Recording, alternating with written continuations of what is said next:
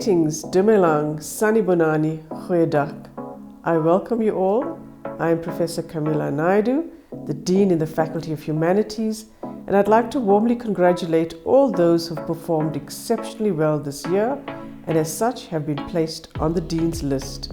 Each year we identify students who've gained top results and we celebrate them and thank them for working hard and for taking a keen interest in their studies. 2021 was not an easy year. We have dealt with COVID-19, load shedding, and various kinds of disruptions. Despite the difficulties, you remained resilient and focused and went on to do incredibly well. You are here because you made several sacrifices and they have paid off. We are very proud of you and wish you much success in the years ahead. You should not stop at a first degree, but continue to study further and pursue exciting topics and innovative work. We need well-equipped graduates emerging out of humanities to become future leaders. So I commend you on behalf of the Faculty of Humanities. I'd now like to introduce you to an inspiring guest speaker that we've invited to talk to you. She is Lindiwe Mazibuko, who is a public leader, speaker, writer, and academic fellow. She was the first Black woman in South African history to be elected Leader of the Opposition in Parliament. She's a graduate of the University of Cape Town and of the Harvard Kennedy School of Government.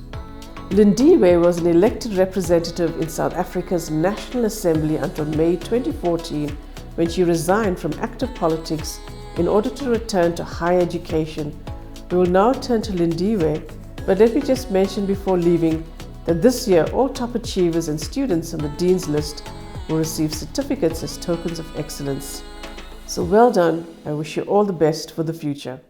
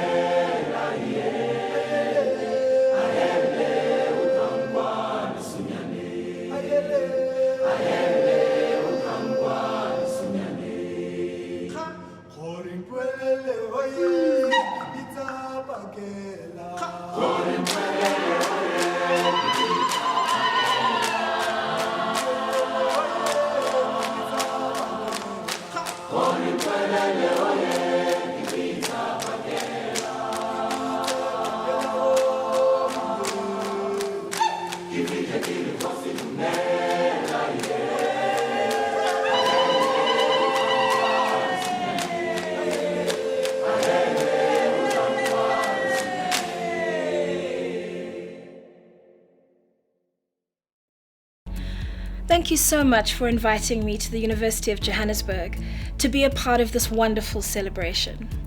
I'm always a little bit intimidated by events such as this because I'm often forced to think about and reckon with how little of an achiever I was when I was at the same stage you are at in university. But that's also part of what makes this celebration all the sweeter for me. In fact, this is my first time participating in a ceremony where so many students are receiving so many honors. So I would like to start by sharing with you all my very, very deepest congratulations. What you have achieved here today is difficult to overestimate. Out of a student body of almost 50,000 people, you have successfully distinguished yourselves as students, as tutors, and as supervisors of the highest order. It really is an honor to be here to celebrate your excellence with you today. Your journey began when you were first accepted to this wonderful institution, making each of you literally 1 in a million students at the 26 public universities in our country. And with each passing year, you've worked really hard to distinguish yourselves amongst the best by putting in the late hours, by doing the library time, by conducting the research in the field, and by engaging with other students in order to bring you to the point where you now represent one of the best in the entire university. I have no doubt that most of you, if not all of you, did this while facing any number of obstacles, challenges, and competing interests, from work outside of university to the demands of family and to the needs of your friends. But I want to highlight the biggest obstacle which you have all had to face over the past 2 years: the shock and isolation of being removed from your normal place of study and being forced to reckon with the realities of learning and teaching in the midst of a once-in-a-generation global COVID-19 pandemic. By managing to achieve so much in the middle of a pandemic, you have demonstrated that you have resilience, that you are innovative, that you have the ability to pivot in a crisis, and additionally that you are willing and able to support other students who find themselves in these challenging circumstances. You've managed to distinguish yourself even though you've had to receive lectures from home via your computers. You've had to self-motivate in completing your assignments. You've had to use technology to do group work. And for those of you teaching and supervising, you've had to maintain connections with people who depend on your expertise, even in a remote environment. And throughout all of these challenges, you've managed to come out on top, distinguishing yourself both academically and as leaders in your institution. In addition to the COVID-19 pandemic, sometimes it feels as though in South Africa today, we live in the age of a permanent crisis. It can be difficult to be hopeful about the future, but I want to encourage you to be hopeful about the future. Even as we face any number of challenges, from state capture to the decline of the economy, to the unemployment challenge, to even more long-term challenges like the ravages of climate change around the globe and the crisis of inequality, I want you to remember that you are in a unique position to be able to implement change and address the challenges that we are facing throughout the world and in our societies in South Africa. Not only do you have the power to make both the world and your country better than they are today, through your education you've now acquired the responsibility to do so. South Africa and the world need your knowledge and your expertise, but more than anything else, we need your leadership. Leadership is often depicted as a lonely journey, whether it's leadership in business, leadership in civil society, leadership in political institutions. There's often a narrative about how, in order to lead effectively, you've got to take difficult decisions on your own and chart a course which often people will push against you charting. I want to argue that leadership can be different for you. I want to argue that having learned how to come together in the middle of a pandemic, you are now uniquely equipped with the skills to be able to make leadership a journey that you can take together with your peers, people who share your values, who share your vision, and who believe in crafting the kind of country that you believe we can be. I'd like to share a statistic with you from politics, which is the area in which my leadership is focused. As you know, the average age in Africa is about 19 and a half years old, and women outnumber men by 1 million on the continent. That means, in a very unscientific sense, the average African is basically a 20-year-old young woman. Yet we are a continent of presidents in their 60s and 70s and 80s. In fact, at last count, the average age of the 10 eldest African presidents was about 75 years old. Uganda, for example, which is the second youngest country on the continent, has just re-elected a 76-year-old president. There is a huge gap on our continent between the leaders and the led. Now, this isn't to say that elder leaders don't have anything to offer, whether it's in politics or business or civil society or religious leadership. But it does show how much young people have been kept out of the space of leadership. One of the mistakes we often make is believing we have to wait our turn, that when the time is right, our elder leaders will open up the space for us to come in and lead. I want to argue that this day, this milestone in your education, is an opportunity for you to take up the mantle yourself. You've demonstrated that you don't need anybody to open space for you to be excellent, both in your education and in your leadership within this institution. You've demonstrated the grit, the resilience, the technical ability, and the willingness to go through your education in one of the most difficult socioeconomic periods in the world. Why shouldn't you be given the mantle of leadership on your own continent? Why shouldn't you be allowed to lead your peers? I would like to argue that this milestone that you've reached today, demonstrating that amongst a student body of 50,000 people, you are amongst the best of the best, is evidence that you are ready to lead now. You don't have to wait for permission for older leaders or existing leaders to open up space for you. You can put your stamp on leadership and go out and demonstrate the same resilience, the same agility, the same innovative spirit that brought you through your studies over the past 2 years as you go out into the greater world and lead.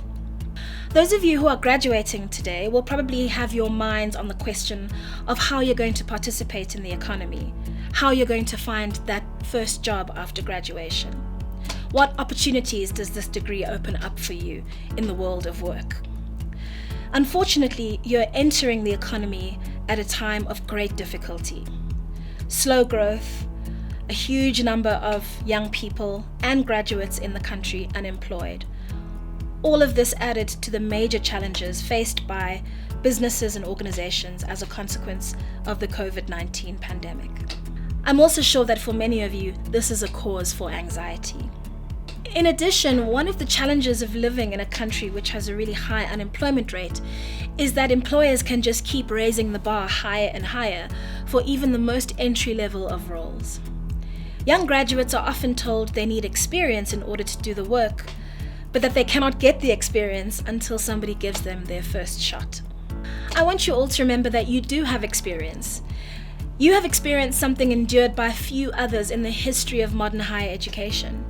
You've demonstrated that you have endurance, that you have resilience, that you are tech savvy, that you know how to innovate, and that you can work as a team even in the most difficult circumstances. All of these are skills which make you absolutely invaluable in the workplace. If the job search is what's next for you, I really want you to place this achievement front and center in your narrative about what you have to offer. Put it in your cover letter, put it in your CV.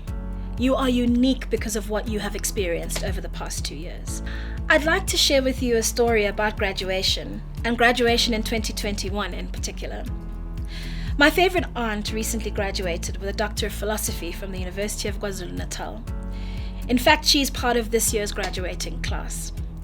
Because of the pandemic, she had to endure a graduation ceremony which involved her donning her cap and crimson gown inside her house, sitting in front of the webcam on her computer, and watching as her name scrolled down the screen, along with the names of the other PhDs, master's graduates, and undergrads who had graduated in the same year. When we heard about this, we were devastated for her and decided that she deserved the opportunity to share her achievement with the world, as all graduates before her have had the privilege to do.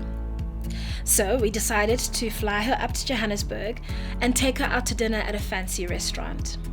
We also gave her strict instructions that she had to wear her robes both to and from the restaurant and throughout her meal. What was really important to us as a family was to ensure that my aunt had the opportunity to be seen, to have her massive achievement recognized, and to enjoy the congratulations from people who were either inspired or just deeply impressed by what she had done. And deeply impressed they were. When we were sitting at our table, people would come over politely and ask my aunt what degree she had just attained and from which university.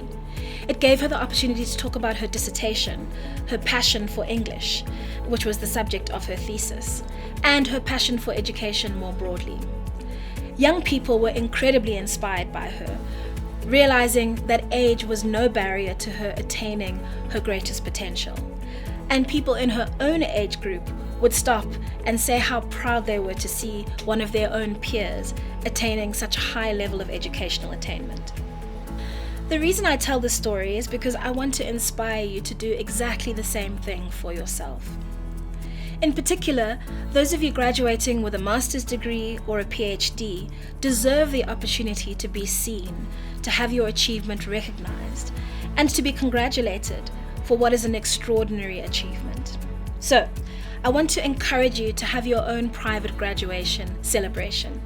Wear your robes out, give people a chance to congratulate you, to talk to you about your specialist area of learning and expertise, to ask you what your dissertation was about, to ask you what faculty you were studying in, and to be inspired by the fact that people are continuing to attain educational excellence, even in the most difficult period in the country and in the world. I hope you will do this and reward yourselves for the work you have done, but also inspire others to do the same as you have done, enabling many to see that anything is possible with hard work, with passion for what you do, and with support from those you love. Congratulations and thank you. Hello everybody, I'm Professor Susie Graham and I'm the Vice Dean Teaching and Learning in the Faculty of Humanities. And I'm here to say congratulations to our top tutors for 2021 and to thank you for the hard work you have done for us this year. We really do appreciate your time, your experience and your commitment as tutors. I myself was a tutor many years ago. I then became a senior tutor, as many of you are. I then became a tutor coordinator, and now I sit in this really wonderful position where I'm able to honour you as tutors and thank you for what you've done for the university. The world's a very strange place, and one day this could be you moving up the ladder in this fashion. And that's because you're the type of person that's committed to your job. You're diligent and you actually care about what you're doing. And that is what we value. Tutors are the lifeblood of departments. They're the bridge between students and lecturers. And sometimes that can be a very dangerous, precarious position to be in. But with the training we provide you and the training from departments themselves, you do the job extremely well, and this is proof of it because you are excelling. And so much so that your peers say that you are excelling and they look up to you. You are also mentors for other students in the roles that you play. In your job, you also walk a fine line because not only are you a student yourself, but you're also a member of staff, which means that you have to adhere to the rules of the university as well as its ethical principles. But you also understand the plight of students and the problems they face. And yet you in your job are able to walk that line and understand both positions. That's why it is so important. We also want to thank you and take this opportunity to say your commitment is valued, it is acknowledged, and it is appreciated. This is important because these are very uncertain times still. With the ongoing pandemic, you have been able to pull through for us and the students and manage and facilitate tutorials in a very strange online space. It is a very difficult time, and yet you have succeeded once again in your roles. That means you're flexible, adaptable, and innovative, and that's the kind of person we value in humanities at UJ. We really also want to say we hope you return as tutors next year as you proceed up the ladder in your academic career. This is an important thing for you too, to put down on your CV, because with the training you receive, it's accredited, which means it's valued internationally. This is an important thing for you to remember. And that's why we thank you not only for your efforts in attending the training sessions, but for using what is taught in those training sessions in your actual tutorials. So you can see you're applying in practice the theory you're taught. And this in itself is also proof for students that they can do the same one day in their own career paths. We thank you once again. We can't say it enough. We're grateful because you are the tutors that we want, the tutors we wish for, and the tutors we hope we receive every year. In this day and age, when we're online, we need to know what's going on with students. And sometimes students prefer to talk to tutors rather than their lecturers. And so this is where you step in. And once again, do a fantastic job. So thank you, from the bottom of my heart and from the faculty here, for the work that you're doing for us. We want to celebrate you and your achievements, and I think you should take this time too to pat yourselves on the back and celebrate yourselves and what you've managed to do this year.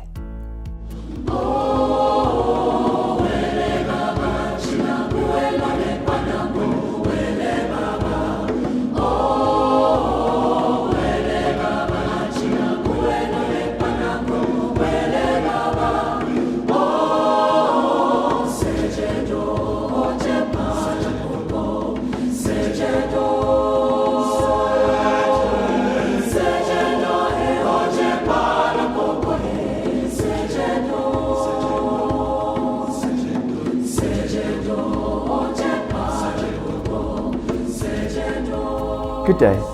My name is Brendan Barnes and I'm the Vice Dean responsible for research, postgraduate studies and innovation in the Faculty of Humanities. Well done to our top achievers. You've come so far and have done so well. You have overcome many obstacles, not least of which having to do your degree during COVID and associated lockdown. During the hard times, you persevered and pushed through. You navigated the many and varied obstacles that came your way. You are indeed the cream of the crop of our honours class. Good things await you. Like your friends, family and community, we are immensely proud and have high hopes for you. Honours is a difficult year, wedged between undergraduate and senior postgraduate studies.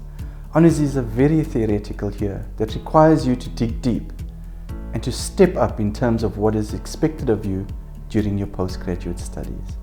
Well done! Not only did you complete your honours here, but you did so in such an exceptional manner. But as you go forward, I want you to consider the following. Aim for the stars, but keep your feet on the ground. Take credit for your achievements, but remember you did not do this alone. Others have walked this path with you. By all means, be ambitious, but please remember to do so with respect, compassion, and empathy. Dream of having nice material things in life, but remember those less fortunate. Wonder, but always remember your roots. Enjoy your time on Earth, but remember to tread lightly and treat our planet with respect. Treat others with kindness, but importantly, treat yourself with kindness too.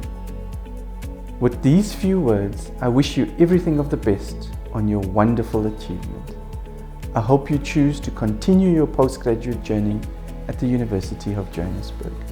I look forward to receiving your applications for master's studies and someday even doctoral studies.